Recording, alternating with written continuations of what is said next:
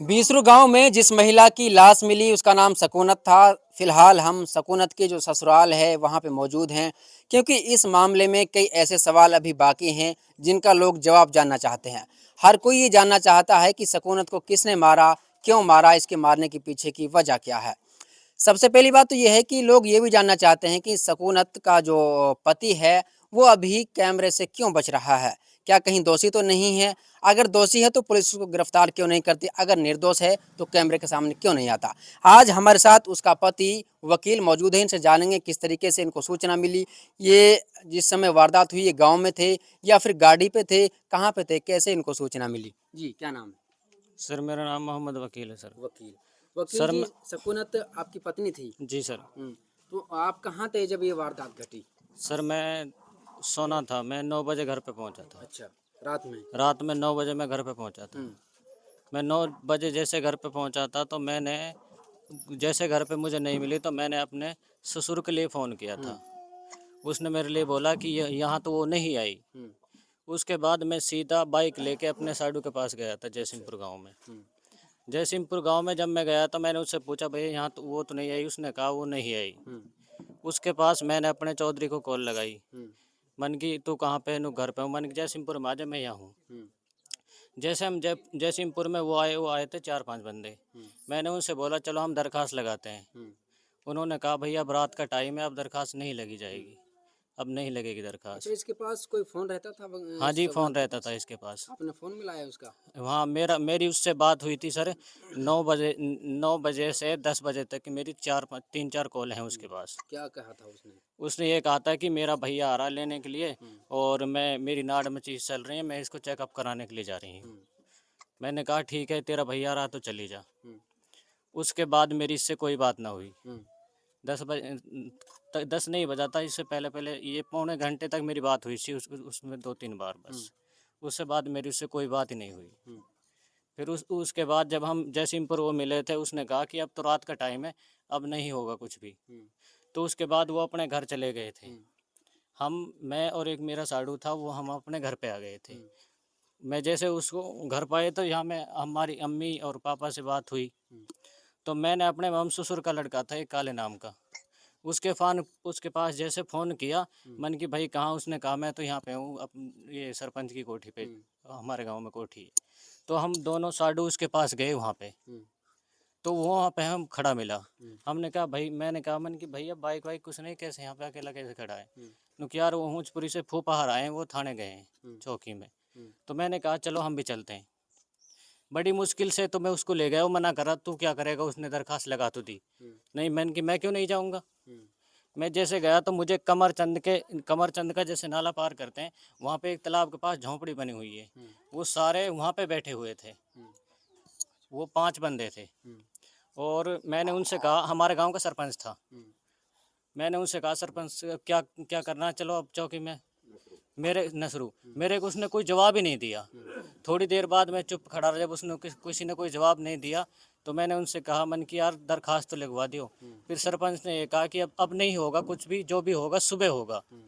वो उनसे ही बोला था, मेरे से वो भी नहीं बोला। गुमशुदा की दरखास्त लगा रहे हाँ, थे? गुमशुदा की तलाश की दरखास्त लगा रहे थे। हुँ, फिर हम उधर से वो चले गए। हुँ, हम दोनों साडू में साडू को छोड़ के जयसिंहपुर में जैसे घर आया यहाँ पे, इसी बंगले में मेरा साला हुँ, मम्मू और जो उसका मामा का लड़का था वो मुझे यहाँ बैठे मिले। मैंने यहाँ पे आया, मैंने कहा मन की यार भाई कैसे कर रहे हो, अब रात कैसे कटेगी? मैंने कहा चलो हम महलू का चलते हैं, इस रास्ते से गई। हुँ, तो जो लेके गया उसका पता तो चलेगा, कोई तो बताएगा यहाँ पे किसके साथ गई है। तो हम एक पड़ोस में बिल्कुल जस्ट में ही सद्दी का घर है, हम उसके पास मैंने उससे पता करेंगे, उसको पता हो क्योंकि उसका बिल्कुल वहीं घर है, हुँ, फिरनी पे ही। तो मैं सद्दी के घर रुका, उसने कहा यार ये सो रहा है रात लू, इससे क्या जगाएगा तू? हुँ, फिर वो मेरे से बोले नहीं, सीधे ही निकल गए हूँचपुरी। मैं उनके पास सीधा हूँचपुरी चला गया। हुँ, हूँचपुरी चलने के बाद मैं वहाँ पे पहुँचा था। तो मैं उसके घर के सामने रास्ता है, उसी पे खड़ा था बाइक के पास। जैसे रुका था तो इधर उधर से बैरबानी आ गई वहाँ पे। मैं वहाँ पे खड़ा रहा।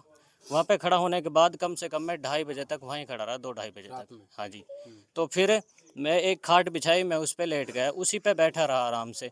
मैंने 5 बजे अपने साले की बहू से बोला इनको खड़ा कर। वो जैसे 6 बजे तक खड़े हुए, फिर 6 बजे के बाद 7:30 बजे तक उस मैंने कहा मन की चलो। उनने कहा नु हाँ चल रहे हैं, आप लड़की से बात करेंगे हम जैसे घर पे आए थे यहाँ पे, मैंने कहा तुम सीधे निकलो महलू का होके हुए, और हम 3 बंदे इधर से आते हैं नहर पे के होते रणसी के होते हुए।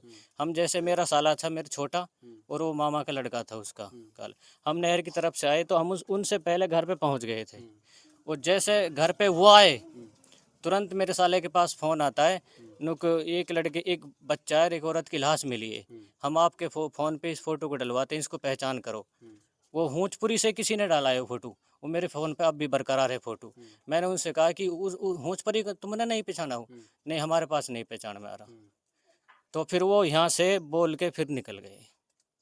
तो आपने पहचान हाँ लिया कि हाँ, मेरे मैंने पति हैं। जैसे पहचाना, मेरा लड़का सामने बैठा था उसके, मैंने जैसे पहचाना, मैंने तुरंत उसको बताया, वो तुरंत मेरे से बोल के भागा, तुमने मार दिया, ये कर दिया, वो कर दिया, वो भाग चले गए। तुरंत आप पर आरोप हाँ जी, लगाया। आरोप लगाया मेरा चौधरी ने। हम्म, फिर मैं तो सरकार से ये दरखास्त करता हूँ कि जो मुलजिम है उनको सज़ा मिले, निर्दोष कोई फंसना नहीं चाहिए इसमें, जो मुलजिम है उसी को सज़ा मिले। जी। अच्छा वकील जी ये बताइए कि लोग ये भी सवाल उठा रहे हैं कि वकील अब तक कैमरे के सामने क्यों नहीं आया? सर मैंने पुलिस के सामने हर बयान दिया है, मेरा बयान रिकॉर्ड है। अच्छा आपको बुलाया पुलिस ने जांच के न लिए? मेरे घर पर आई थी। अच्छा घर पे आए थे। हाँ जी, हाँ जी, मैंने सब बयान दिया है। तो जी। अब क्या लगता है कोई कहीं से कुछ जानकारी मिली है किन लोगों ने मारा है, क्यों मारा है? सर अभी तक पुलिस अब इसी उसी में लगी हुई है, अभी तक मुझे कुछ नहीं पता सर। कोई जानकारी नहीं आई अभी तक। पुलिस का मुझे पूरा विश्वास है कि वो बिल्कुल न्याय करेगी, अन्याय नहीं होने देगी। तो आप लोगों के ऊपर कोई मुकदमा उन्होंने कराया था? हाँ सर, मुकदमा करा रखा है। अच्छा आपका भी नाम है उसमें? हाँ जी।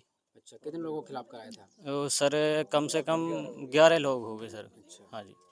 तो पुलिस यहाँ पे आई थी, क्या कह के गई थी, क्या लगा था उस समय? पुलिस ने जो जांच भी करी, क्या वो निकला सर कुछ पुलिस बताया? अब अपनी जांच में लग रही है, वो बिल्कुल ठीक ही करेगी, जो करेगी वो सही करेगी।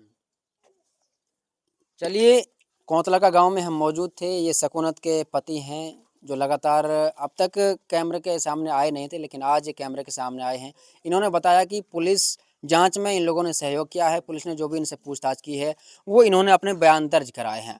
अब देखना ये होगा कि सकूनत के कातिल कौन हैं, किन लोगों ने उसको मारा, उसके मारने के पीछे की वजह क्या है। बताया जा रहा है कि उसके गले में एक हंसली भी थी सोने की, जिसको किसी पड़ोस की महिला से वो लेकर गई थी। ना वो हंसली भी नहीं मिली, और सकूनत की लाश जब अगले दिन सुबह मिली तो खलबला मचा। ये वो बच्चा है जो सकूनत के साथ मौजूद था, और जो उस समय बीसरू गांव में जो मिला था, जिसको कातिल ने इसकी मां को तो मार दिया लेकिन बच्चे को वहीं जंगल में भटकने के लिए छोड़ दिया। गनीमत ये रही कि किसी को इसके बारे में सूचना मिली तो लोगों ने देखा कि ये बच्चा मासूम है। इसके बाद हड़कंप मचा, और हड़कंप मचने के बाद लोगों ने देखा कि एक महिला की लाश भी वहाँ पे पड़ी हुई है। इसके बाद पुलिस को सूचना दी जाती है, पुलिस मौके पर पहुँचती है और महिला का शव को कब्जे में लेकर पोस्टमार्टम के लिए माणिकखेड़ा अस्पताल भिजवाया जाता है।